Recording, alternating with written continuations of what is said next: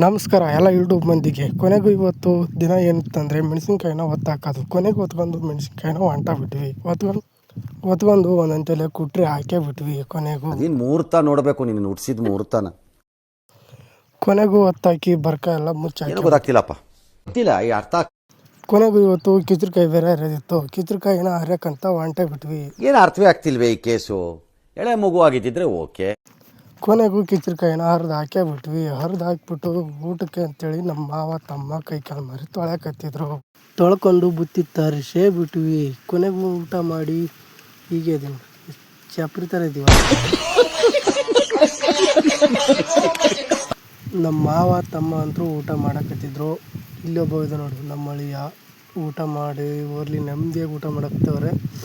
ಊಟ ಮಾಡಲಿ ಅಂತೇಳಿ ನಾನು ಕುಂತ್ಕೊಂಡು ವಿಡಿಯೋ ಮಾಡಿದ್ರೆ ಇವತ್ತು ದೊಡ್ಡ ತಲೆ ಹೊಡೆದು ನನ್ನ ಗಾಯ್ಸ್ ಏನು ಮಾಡ್ತಾವ ಇದೆ. ಇಲ್ಲೊಂದು ಸಮಸ್ಯೆ ಖಂಡಿತ ಇದೆ. ನಮ್ಮ ಮಾವ ಮೆಸ್ ಮಾಡ್ಸಾರಂತ ಕರೆದ. ಮೆಸ್ ಮಾಡ್ಸಾರಂತ ಹೋದ್ವಿ. ಹೋಗಿದ್ರೆ ನೋಡಿದೆ ಮೆಸ್ ಹೇಳ್ದು ಹಾಕ್ಬಿಟ್ರೆ ಆವಿದ್ದಂಗೆ. ನೋಡು ನಮ್ಮ ಮಾವ ಬೇರೆ ಅತ್ತ ಹೊಂಟವನೆ. ಎಲ್ಲಿ ಹೋಗ್ತಾವನೆ ಅಂತ ಹೇಳಿದ್ರೆ ವಿಚಾರ ಮಾಡಿದೆ. ಒಟ್ಟು ಗೊತ್ತಾಯಿತು ನೀರೇನೋ ಬೋರ್ ಬಿದ್ದತಿ ಅಂತ ಹೊಂಟಿದ್ದ. ಹೋಗೋಣ ನೋಡೋಣ ಇರೋ ಅಂತೇಳಿ ಹೋದರೆ ನಮ್ಮ ತಮ್ಮ ಕರೆದ್ರೆ ಬರ್ತಾನೆ ಇಲ್ಲ. ಕೊನೆಗೂ ಹೋದ್ವಿ. ನೀರಿದೆ ಅಂತಂದು ಹೋದ್ವಿ. ನೋಡಿ ಕಲ್ಲು ಹೋಗಿದ್ವಿ. ನೀರು ಮಾತ್ರ ಬೀಳಿಲ್ಲ, ನೀರು ಬರಲೇ ಇಲ್ಲ. ನೀರಿಂದಂತೂ ಸೌಂಡೇ ಇಲ್ಲ. ಕೊನೆಗೂ ಹೋಗ್ಲಿ ಬಿಡು, ನೀರಿಲ್ಲ ಇದರಲ್ಲಿ ಹಾಕಿದ್ದು ಬೋರ್ವೆಲ್ ಅಂತೇಳಿ ಮೆಸ್ ಕಟ್ಟೋಣ ಅಂತ ಹೋದ್ವಿ.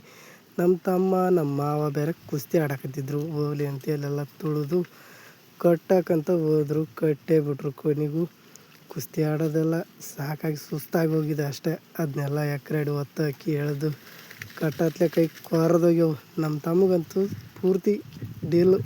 ನಾಯಿಗೂಟ ಬೇರೆ ಆಡಕತ್ತವನೆ. ಊರಕ್ಕೆ ಹೋಗಿ ಮಧು ತೊಗೊಂಬ ಅಂದರೆ ನಮ್ಮ ಮಾವಂತೂ ಸುಸ್ತು. ಅಯ್ಯೋ ಬಿಡು, ನಮ್ಮ ತಮ್ಮ ಅಂತೂ ಹೋಗಂದ್ರೆ ಹೋಗ್ತಾ ಇಲ್ಲ. ನಮ್ಮ ಮಾವಂತರೂ ಅಷ್ಟೇ.